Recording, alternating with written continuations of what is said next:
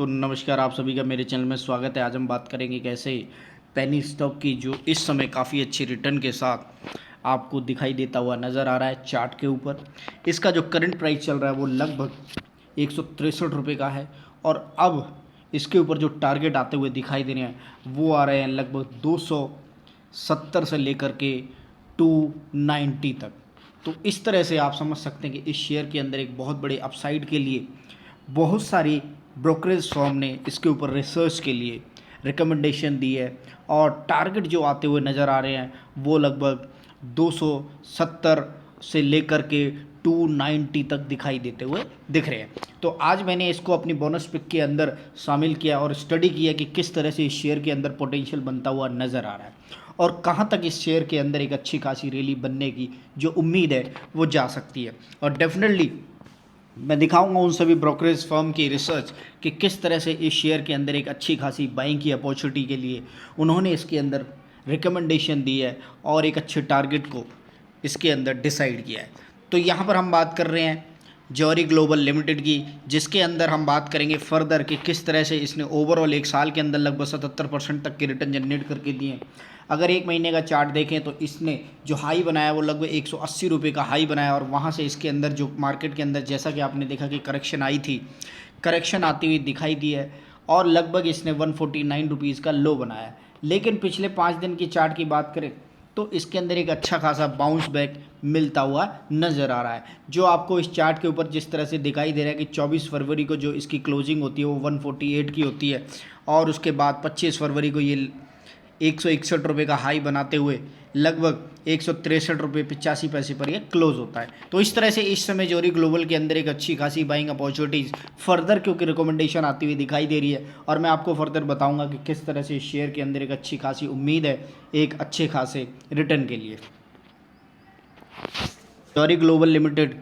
की जो financial status है, किस तरह से ये कंपनी काम करती हुई नज़र आ रही है और अगर आप देखें तो जॉरी ग्लोबल का डाइवर्सिफाइड बिजनेस है जिसके अंदर वो आपको बताने की कोशिश करेंगे कि लगभग रियल एस्टेट के अंदर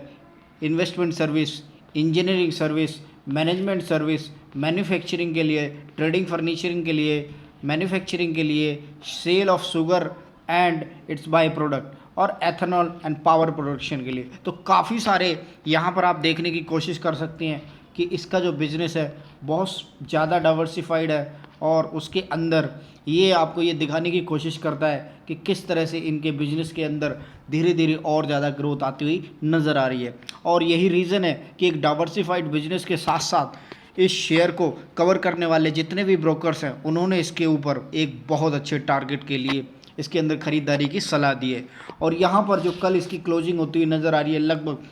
8% तक का इसके अंदर अपर सर्किट आता हुआ दिखाई दे रहा है। तो यहाँ पर इस तरह से देख सकते हैं कि जॉरी ग्लोबल आपको आने वाले टाइमिंग अच्छे खासे रिटर्न दे सकता है। अगर इसकी मार्केट कैप की बात की जाए तो यहाँ पर आप साफ देख सकते हैं कि लगभग 475 करोड़ रुपये की मार्केट कैप के साथ ये शेयर आपको अच्छे खासे प्राइस पर मिलता हुआ दिखाई दे रहा है, जहाँ इसकी फेस वैल्यू आपको लगभग 10 रुपये और इसके हाई जो बनाता हुआ दिखाई दे रहा है शेयर 189 रुपीज़ का और इस समय मिल रहा है आपको 163 रुपीज़ का।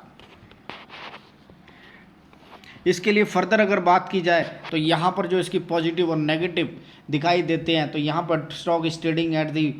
काफ़ी अच्छी बुक वैल्यू पर दिखाई देता हुआ नज़र आ रहा है। Market value of the investment RS 1824 crore is more than the cap market cap is 475 crore. तो इन्वेस्टमेंट कैपिटल बहुत ज़्यादा लगाई हुई है और जो मार्केट कैप वो 475 करोड़ है। तो इस तरह से आप समझ सकते हैं कि अभी जो रिटर्न निकलने बाकी हैं और तब आप जब देखेंगे कि मार्केट के अंदर इन्होंने पैसा तो इन्वेस्टमेंट खूब लगा दिया है और जो दिखाई देता हुआ नज़र आ रहा है तो धीरे धीरे वो कन्वर्टेबल में नज़र आएगा और जहां आपको समझ आने आएगा कि हाँ इसके अंदर एक अच्छा खासा बाउंस बैक नज़र आता हुआ दिखाई देगा। दूसरी बड़ी चीज़ है कि इसने जो अपना पोर्टफोलियो है काफ़ी ज़्यादा डाइवर्सिफाइड किया हुआ है। रियल एस्टेट्स के साथ साथ स्पेशलिटी केमिकल के अंदर भी ये कंपनी बहुत अच्छा रिटर्न देती हुई नज़र आ रही है। अगर इसकी सेल ग्रोथ की बात करें तो यहाँ पर ये आपको नज़र आएगा कि बीच में जो इसके अंदर एक खाई काफ़ी अच्छी जो रेवेन्यू जनरेट हुए थे वो धीरे धीरे थोड़े से डाउन होते गए, लेकिन अब जो इसके अंदर एक अच्छी खासी ख़रीदारी की सलाह दी जा रही है उस वजह से इस शेयर के अंदर आपको काफ़ी अच्छे रिटर्न इम्पैक्टेबल जो चार्ट के ऊपर दिखाई देने थे वो इसके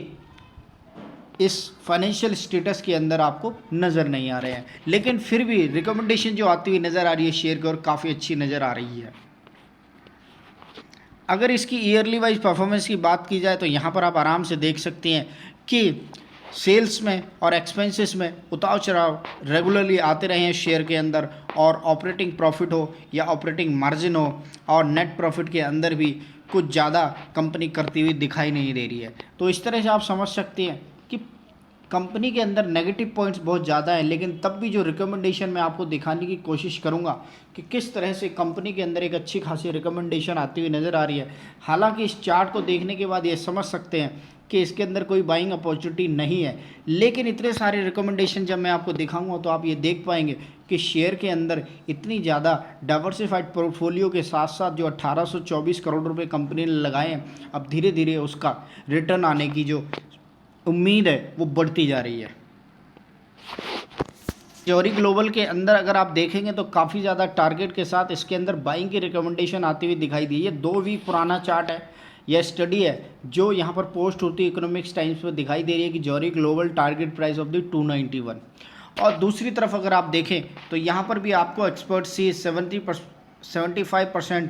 upside in this chemical stock, यानी कि जो कंपनी रियल एस्टेट के अंदर काम करती थी वो अब धीरे धीरे केमिकल सेक्टर के अंदर भी काम करती हुई नज़र आ रही है। और इस यही वजह है कि डाइवर्सिफाइड बिजनेस होने के साथ साथ इस कंपनी के अंदर काफ़ी अच्छे टारगेट के लिए इसमें खरीदारी की जो सलाह दी जा रही है। अब मैं लेकर आ गया हूँ आपको हिंदुस्तान टाइम्स के ऊपर, जहाँ पर आप देखेंगे कि किस तरह से इस शेयर के अंदर फर्दर आपको यहाँ पर रिकमेंडेशन जो दी जा रही है वो लगभग 276 रुपये की दी जा रही है। और हाई स्पीड में दौड़ने वाला ये मल्टीबैगर रॉकेट शेयर आपको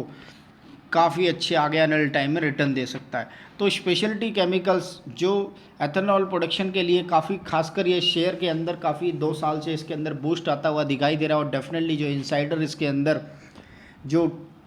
कम्युनिकेशन चलती हुई दिखाई दे रही है मैनेजमेंट के अंदर स्पेशली, तब आपको समझ आएगा कि जब इसके रिटर्न पोस्ट होते हुए दिखाई देंगे तो डेफिनेटली आप समझ सकते हैं कि इस शेयर के अंदर एक अच्छी खासी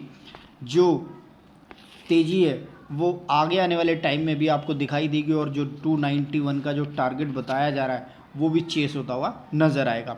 तो मैं डेफिनेटली आपको बताने की कोशिश करूँगा कि किस तरह से ये कंपनी है, ताकि आप ये अच्छी तरह समझ जाएँ। अगर हम कंपनी के बारे में बात करते हैं तो यहाँ पर अच्छी तरीके से पढ़ सकते हैं कि किस तरह से कंपनी अपना काम करती हुई नज़र आ रही है। और Zuari global earlier known as a Zuari agro chemical formerly Zuari industries was incorporated in 1967 Zuari agro chemical to manufacture urea and complex fertiliser being part of the K Birla group. तो के बिरला ग्रुप के साथ एक कंपनी काफ़ी टाइम से काम करती हुई नज़र आ रही है। और इसके अंदर जो सबसे बड़ी खबर आती हुई दिखाई दे रही है वो ये है कि US steel corporation in 2012 the name the company has change from the Johari industries limited to Johari global limited. तो इस तरह से कंपनी में धीरे धीरे काफ़ी सारी इन्वेस्टमेंट बाहर से आती हुई नज़र आई है। और यही रीज़न है कि इसकी जो मैन्युफैक्चरिंग यूनिट है वो धीरे धीरे डेवलप होती जा रही है, पैसा इन्वेस्टमेंट आता जा रहा है। और इस समय इसकी अगर आप देखेंगे तो industries marketing office are spread over the widest marketing area और the state of the Goa के अंदर, महाराष्ट्र के अंदर, कर्नाटक के अंदर, आंध्र प्रदेश के अंदर और तमिलनाडु के अंदर इनके काफ़ी सारे ऑफिस हैं। और इस समय capacity of the metric ton fertiliser की है। तो इस समय जो कंपनी है वो एग्रो केमिकल में ज़्यादा अपना ध्यान देती हुई नज़र आ रही है। और एग्रो केमिकल के साथ साथ आप समझ सकते हैं कि जो शुगर का बाई प्रोडक्ट है एथनॉल के लिए भी कंपनी ने काफ़ी ज़्यादा मशक्क़त की है और उसकी प्रोडक्शन के लिए कैपेसिटी को बढ़ाने की जो कोशिश की जा रही है। और यही रीज़न है कि कंपनी के अंदर धीरे धीरे जो यहाँ पर प्रोडक्टिव फैसिलिटी है वो बढ़ती हुई नज़र आ रही है। तो जैसा कि आप समझ सकते हैं कि कंपनी के अंदर प्रोडक्शन ऑफ ये हो काफ़ी सारी चीज़ें हैं फंडामेंटली अगर आप देखेंगे तो स्पेशलिटी फर्टिलाइजर कंपनी की जो मेन डेप्थ है ना वो धीरे धीरे बढ़ती हुई नज़र आ रही है। और यही रीज़न है कि अब इसके अंदर जो अवार्ड्स हैं वो पुराने टाइम से भी इसको काफ़ी ज़्यादा मिले हैं और इस समय भी इसको काफ़ी ज़्यादा मिलते हुए आगे आने वाले टाइम में भी दिखाई देंगे। और यही रीज़न है कि इस शेयर के अंदर आपको फर्दर काफ़ी अच्छे रिटर्न और टारगेट के साथ जो रिकमेंडेशन दी जाती हुई यहाँ पर दिखाई दे रही है। और आपको यहाँ पर एक अच्छे खासे रिटर्न और पैटर्न के हिसाब से इस कंपनी के जो डेप्थ है और जो इसका पोर्टफोलियो है उसको देखते हुए काफ़ी अच्छी अट्रैक्टिव कंपनी दिखाई दे रही है। हालांकि जो इसके फाइनेंशियल्स है वो काफ़ी ज़्यादा अच्छे नहीं है, लेकिन कंपनी की अगर ओवरऑल 1800-2400 करोड़ रुपए जो उन्होंने मार्केट के अंदर लगाए हैं वो जब पूरी तरह से फुलफिल होते हुए नजर आएंगे, यानी कि फैक्ट्री सेटअप हो रही है और फैक्ट्री के एक फैक्ट्री से जो रिटर्न निकलता हुआ आ रहा है, तो जब दूसरी और तीसरी और चौथी फैक्ट्री से इनके रिटर्न निकलते हुए आएंगे तो आप अच्छी तरीके से समझ सकते हैं कि इसके बिजनेस और रिवेन्यू और इसके जो नेट प्रॉफिट के अंदर एकदम से बूस्ट आता हुआ नजर आएगा।